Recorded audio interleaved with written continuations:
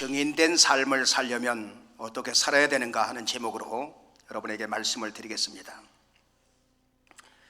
우리는 타이타닉호에 대해서 너무나 잘 알고 있습니다. 이 배의 소유주는 이즈메라는 사람인데, 이 배는 선박 중에 가장 크고 그리고 가장 튼튼하고 가장 호화스럽고 완벽한 배라고 자랑하며, 또한 예정보다 하루 먼저 뉴욕에 도착하리라.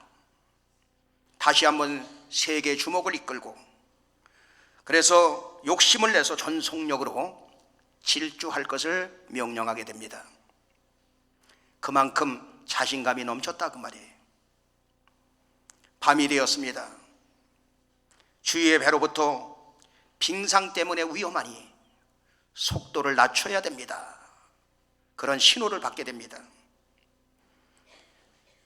그렇지만 그 경고를 무시하고 자신만만한 사장의 명령이라 그까짓것 하고 그대로 질주하다가 그만 빙상에 떠다니는 빙상에 부딪혀 구멍이 나서 침몰됨으로 1513명의 사람들이 목숨을 빼앗기게 되었던 것입니다.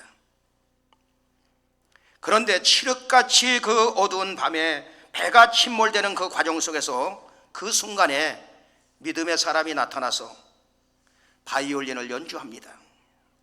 내 주를 가까이 하게 하면 십자가 짐 같은 고생이나 내 일생 소원은 늘 찬송하면서 죽게도 나가길 원합니다.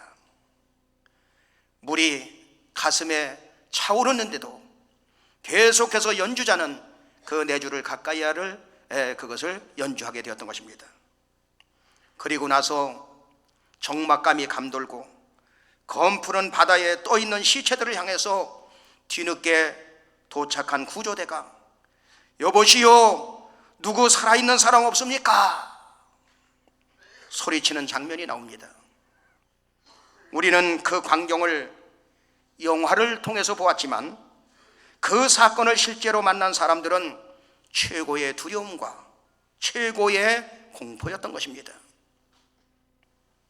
여러분, 이 세상은 타이타닉호를 탄 사람들처럼 하나님이 어디 있느냐? 믿으려면 내 주먹을 믿어라. 내 인생 내 마음대로 내가 사는 것 아니냐? 부를 자랑하고 권력을 자랑하고 가문을 자랑하고 스펙을 자랑하면서 살지만 무슨 일을 만날지 모르면서도 자기 도취에 빠져서 하나님 없이 살겠다고 교만 속에 살아가는 사람들이 여러분 수없이 많은 이 시대를 여러분 살아가고 있는 것입니다. 하나님은 이 시대에 내 주를 가까이 하게 하면 십자가 짐 같은 고생이나 내 일생 소원이 늘 찬송하면서 죽게도 나가기 원합니다. 물에 빠져 마지막 죽어가는 사람들을 바라보면서 연주하던 악사처럼 하나님은 이 시대에 저와 여러분을 부르신 것을 믿으시면 아멘 하시기 바랍니다. 우리 교회 몇 년 전에 오셨던 그 아프리카 선교사 김순태 선교사님 아시죠? 그분은 이 꿈을 꾸면 뭐 부자가 되고 잘 살고 이런 꿈이 아니라 검은 피부의 그 아이들이 막 냇가에서 물에 빠져서 그 죽는 꿈을 자꾸만 꾸는 거예요. 아, 하나님의 나더러 저들을 구하라고 아프리카에 가라고 그러는구나. 그래서 부부가 30년이 넘도록 아프리카 그 오지에 가서 영혼 살리는 사역을 지금도 하고 있는 것입니다. 또 우리 교회에서 파송한 파키스탄 에릭 선교사님, 예수 안 믿고 이슬람을 섬겼다면 파키스탄에서 의원 활동하면서 부유하게 살 수 있었는데 1%도 안 되는 그 예수를 믿다가 예배드리다가 그 아들이 가서 이슬람 사람들이 와가지고 그 총으로 쏘는 바람에 아들이 목숨을 잃게 되었고, 그 시신의 모습을 저한테 사진으로 이렇게 해서 보내기도 했어요. 그리고 감옥에 갇히고 온갖 수모를 당하면서 여러분 산 것 아닙니까? 에릭 선교사님이 우리나라에 와서 또 예수를 만나고 신학을 하고 또 순교를 각오하고 그곳에 기독교 학교를 세우고 교회를 세운 것 아닙니까? 몇 년 전에 우리 교회가 파키스탄의 에릭 선교사를 도와주는 것을 알고 미국에 있는 무슬림들이 저한테 이천시 증포동 369번지 최의환 목사 귀하해가지고 저한테 그 비방하는 글을 여러분 어떻게 알고 미국의 무슬림들이 저희 교회 주소를 알고 여러분 보내왔던 거예요. 이번에는 그 에릭 선교사님이 하나님의 역사로 말미암아 미국의 영주권을 얻으셔서 파키스탄인이지만 미국인으로서 지금 파키스탄에 돌아가서 복음을 증거하고 있어요. 그것을 자랑하고 싶어서 목사님 영주권이 이렇게 있습니다. 그걸 저에게 보여주기 위해서 엊그제 전화가 왔어요. 2번씩이나. 목사님 비행기 표 좀 보내주세요. 초대중앙교 가고 싶습니다.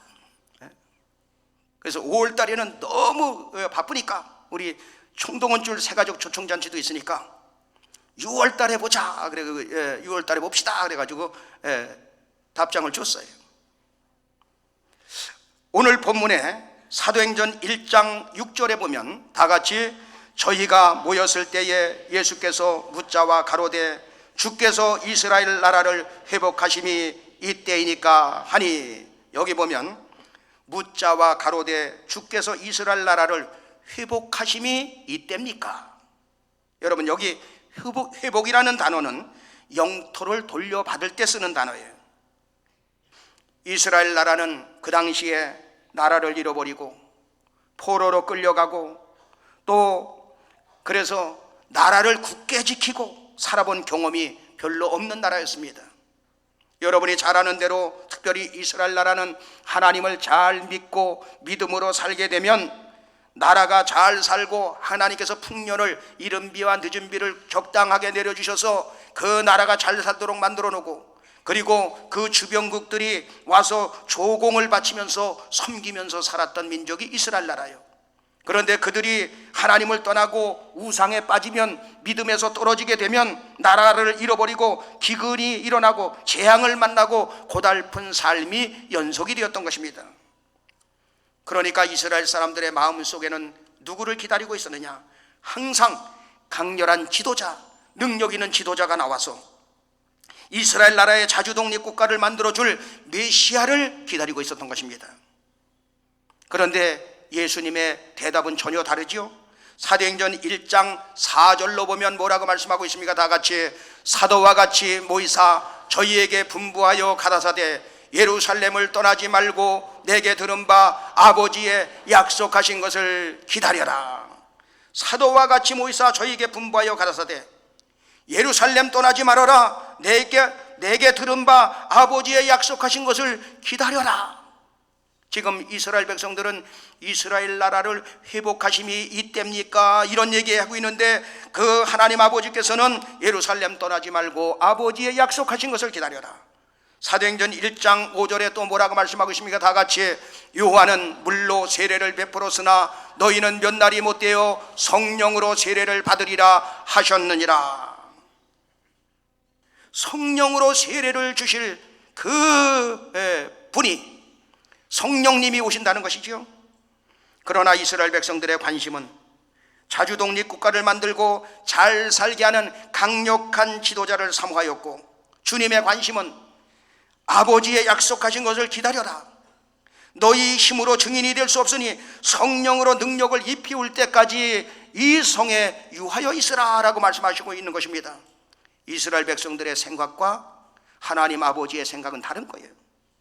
존경하는 여러분, 하나님은 우리에게 증인된 삶을 살라고 하시는데 증인된 삶을 살려면 어떻게 살아야 되느냐? 여러분, 우리는 신앙생활하면서 어떻게 하면 내가 하나님 뜻대로 살지? 어떻게 하면 내가 하나님 말씀대로 살지? 어떻게 하면 내가 하나님 뜻대로 사느냐? 우리는 이런 생각을 갖게 됩니다. 그런데 여러분, 그것은 바로 하나님 뜻대로 사는 게 뭐냐? 증인된 삶을 살아야 되는 것입니다. 그러면 증인된 삶을 살려면 어떻게 되느냐? 첫째, 하나님의 관심과 내 관심이 같아야 된다 이 말이에요. 하나님의 관심과 교회의 관심이 같아야 되고, 하나님의 관심과 목회자의 관심이 같아야 되고, 하나님의 관심과 여러분의 관심이 같아야 할 줄로 믿습니다. 지금 이스라엘 백성들의 관심은 잘 먹고 잘 살고 전쟁이 없고 강력한 나라가 되는 것이며 그런 지도자를 원했던 것입니다. 그런데 지금 하나님의 관심은 잃어버린 영혼의 관심이 있다 이 말이에요. 잃어버린 영혼의 관심으로 있어요. 지옥으로 향하는 영혼의 관심이 있어요. 사람들이 대부분 교회에 어떻게 나오게 됩니까?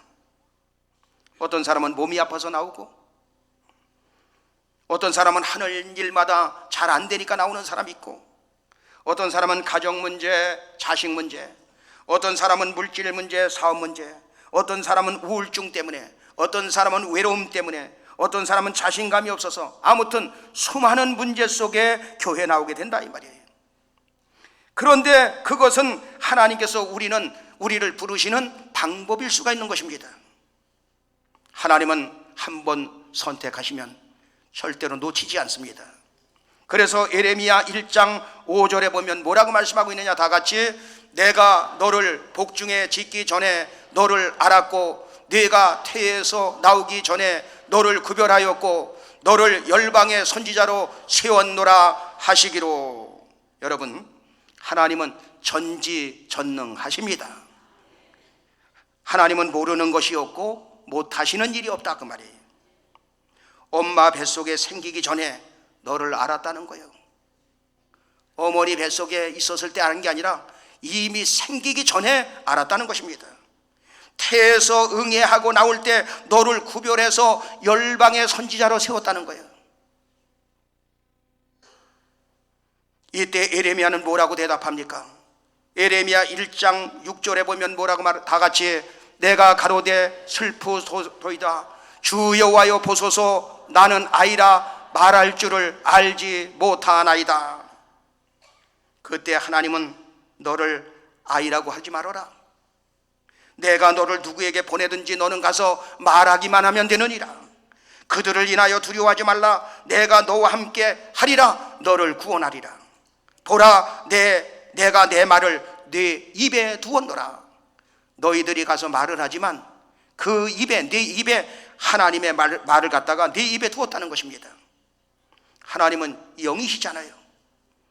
육체를 가지고 있는 우리에게 그 성령 하나님이 우리가 말할 때 함께 해주시겠다는 거예요. 우리 교회는 새가족 초청잔치가 1년에 2번씩 하죠. 이번에도 새가족 초청잔치 전도가 시작되었습니다. 하나님의 관심이고 교회의 관심이고 그것이 우리의 관심인 줄로 믿습니다. 하나님이 함께 해주시겠다는 것입니다. 내 말을 내 입에 두었다는 것입니다. 두려워하지 말아라. 그러니 내가 너와 함께하여 너를 구원하시겠다는 것입니다. 어떤 상황 속에서도 우리를 지켜주시고 어떤 상황 속에서도 우리를 인도하여 주실 줄로 믿습니다. 하나님의 관심이 우리의 관심이 되길 예수 이름으로 축원합니다. 우리 여기에 모인 우리 한번 부르겠습니다.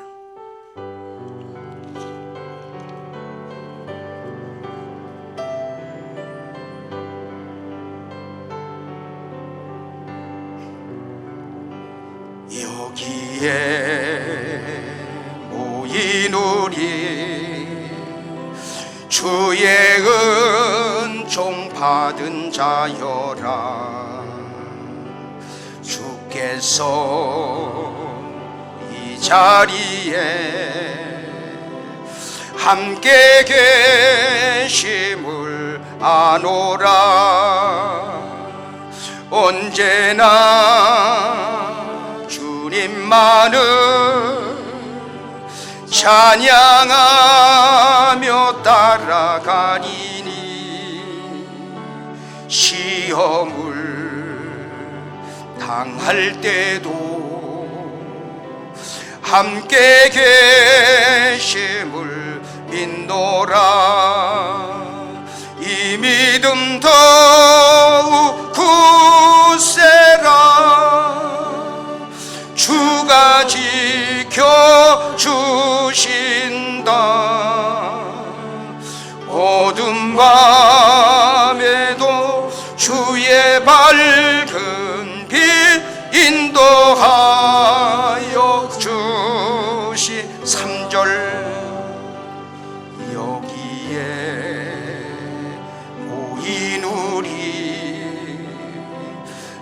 사랑받는 주의 자녀라. 주께서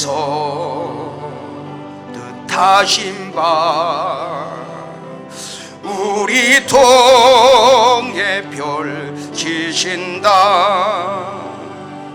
고통과 슬픔 중에 더욱 주님 의지하오니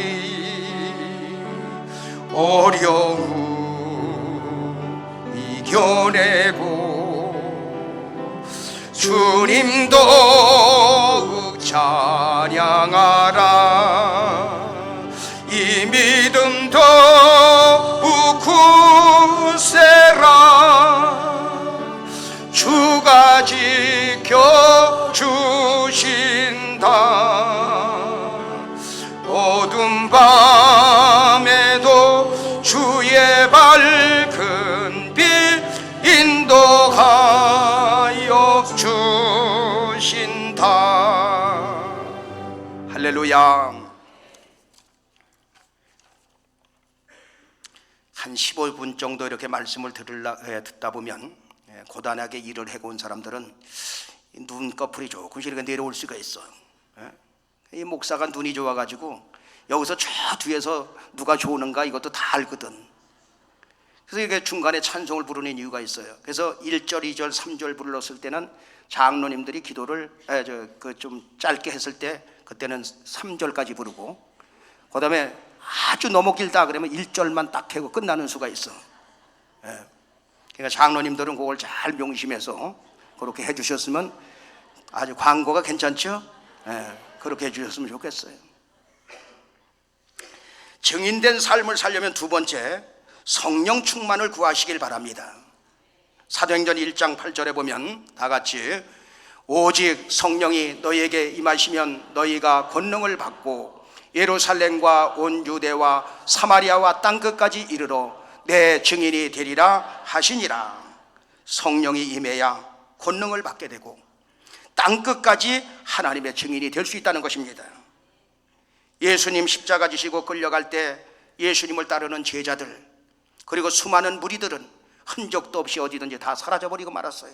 두려워서. 또한 수제자라고 하는 베드로마저도 예수님을 3번씩이나 부인하고 모른다고 합니다. 어떻게 그럴 수가 있느냐? 우리는 그렇게 말할 수 있어요. 그러나 여러분, 십자가의 공포 앞에 그들은 두려워 떨 수밖에 없었던 것입니다. 그런데 오순절날 마가다락방에 120문 성도가 그 성령의 충만함을 받게 됩니다. 성령 충만 받고 나니까 하나님은 살아계시구나. 하나님이 나와 함께 하시구나. 예수가 바로 그분이 그리스도구나. 율법 지켜 구원받는 거 아니고 착한 일에서 구원받는 게 아니고 선한 일을 해서 구원받는 게 아니라 하나님의 은혜로 구원받는 것이구나. 이것을 깨닫게 된 거예요. 그래서 여러분 담대히 예루살렘 거리를 뛰쳐나가서 금종령이 내렸는데도 가서 복음을 전했던 것입니다. 여러분, 다윗의 소원도 무엇이었습니까? 청년 때 그에게 강력한 성령이 임했을 때에 그가 성령의 충만함에 감동이 되죠. 그러다 보니까 담대함이 생기는 거예요. 그 담대함을 가지고 골리앗과 싸움에서 멋있게 승리하게 됩니다. 블레셋과의 전쟁에서 대승을 하게 되죠. 성령님이 도와주시는 걸 안 거예요. 이 전쟁도 성령이 도와주시는구나. 그래서 그가 범죄하고 난 다음에 회개할 때에 깨닫고 하나님, 왕의 자리 가져가도 괜찮습니다. 제 앞에 있는 수많은 재산들 다 가져가도 괜찮습니다. 그러나 주의 성심만은 내게서 거둬가지 마옵소서. 성령 하나님만 나와 함께하면 그 모든 문제 다 된다 이 말이에요. 가장 중요한 것을 아는 거예요. 목사님의 가장 큰 소원은 무엇입니까? 여러분들이 묻는다면 저도 마찬가지입니다. 주님 오시는 그날까지 성령 충만했으면 좋겠어요. 이 생명 다하는 날까지 성령의 충만함을 주셨으면 좋겠어요. 주여, 나이가 들수록 세월이 갈수록 저에게 성령의 충만함을 부어주시옵소서. 저는 그렇게 기도하고 있습니다. 존경하는 여러분, 증인이라는 말은 법정 용어예요.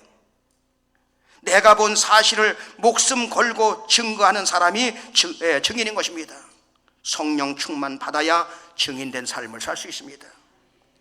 성령 충만 받은 제자와 성령 충만 받지 못한 제자는 다릅니다. 성령 충만 받은 목회자와 성령 충만 받지 못한 목회자는 여러분 달라요. 성령 충만 받은 성도와 성령 충만 받지 못한 성도는 여러분 다릅니다. 교회를 개척하기 전에 서울 광명시 이런데 보면 위에도 위층에도 교회, 밑에 층에도 교회예요. 그러니까 저렇게 교회에 어떻게 부흥되는가 한번 가보자. 그런데 위에 층에 가니까 사람들이 많아. 웅성웅성해. 보니까 찬송이 뜨겁고 말씀이 뜨겁고 기도가 뜨겁고 전도가 뜨겁고 성령이 충만한 교회더라 이 말이에요. 그런데 아래층에 가보니까 찬송이 느려 터져. 기도 소리가 조용해. 찬바람이 휙도록 부흥이 일어날 수가 없는 거예요. 성령은 부흥의 영인 것입니다. 그 성령님은 누굽니까? 성령 하나님 아버지셔요. 그 하나님이 여러분과 함께하면 승리하게 될 줄로 믿습니다. 여러분, 성령 충만하면 충만할수록 기도하고 싶은 생각이 넘치게 되어 있죠. 성령이 충만하면 충만할수록 복음을 전하지 않고는 견딜 수 없는 마음이 그냥 생기잖아요. 오순절날 마가다락방에서 성령 충만 받은 제자들과 그곳에서 모여 은혜 받은 성도들은 모두가 나가서 복음을 증거한 것을 믿으시면 아멘 하시기 바랍니다. 여러분, 부모가 자식을 볼 때 무엇이 가장 중요한 일인지, 무엇이 그 다음 중요한 것인지 이것을 너무나 잘 압니다. 왜 그렇습니까? 인생을 살아봤기 때문에. 그런 것처럼 하나님 아버지는 구원받은 우리에게 가장 필요한 것이 뭘까? 가장 중요한 것이 뭘까? 너무도 정확하게 잘 알고 계시는 것입니다. 그래서 누가복음 11장 9절로 보면 구하라 그러면 너희에게 주실 것이다. 찾으라 그러면 찾을 것이다. 문을 두드리라 그러면 열릴 것이다. 너희 중에 아비된 자가 생선 달라 하면 뱀을 갖다 주고 알을 달라 하면 전갈을 갖다 줄 부모가 어디 있겠느냐 하시면서 누가복음 11장 13절에 뭐라고 말씀하고 있냐, 다 같이 너희가 악할지라도 좋은 것을 자식에게 줄 줄 알거든 하물며 너희 천부께서 구하는 자에게 성령을 주시지 않겠느냐 하시니라. 하나님이 보실 때 가장 좋은 거, 가장 중요한 것이 뭐냐? 성령이라는 것입니다. 믿습니까? 그래서 하나님이 보실 때 우리가 구해야 할 것은 뭐냐? 성령이에요. 우리가 구할 것은 성령. 돈을 달라, 뭐를 해결해 달라, 이것도 중요하지만 성령을 달라고 구원하라 이 말이에요. 예, 성령을 구해. 그리고 우리가 찾아야 될 것도 성령, 우리가 문을 두드려야 할 것도 성령이에요. 성령을 가리켜서 보혜사 성령이라 이렇게 말합니다.